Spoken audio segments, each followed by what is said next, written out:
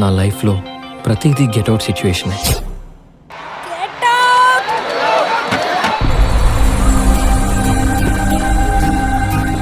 నా కణాల్లో జీవం నీ కళ్ళు, నా నరాల్లో ప్రవాహం నీ చూపు.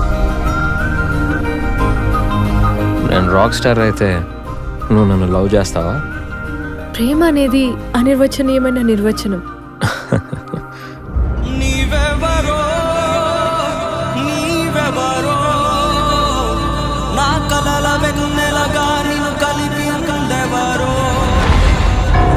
అబ్బాయిల ప్రేమలో స్వార్థం ఉంటుంది, అమ్మాయిల స్వార్థంలోనే ప్రేమ ఉంటుంది.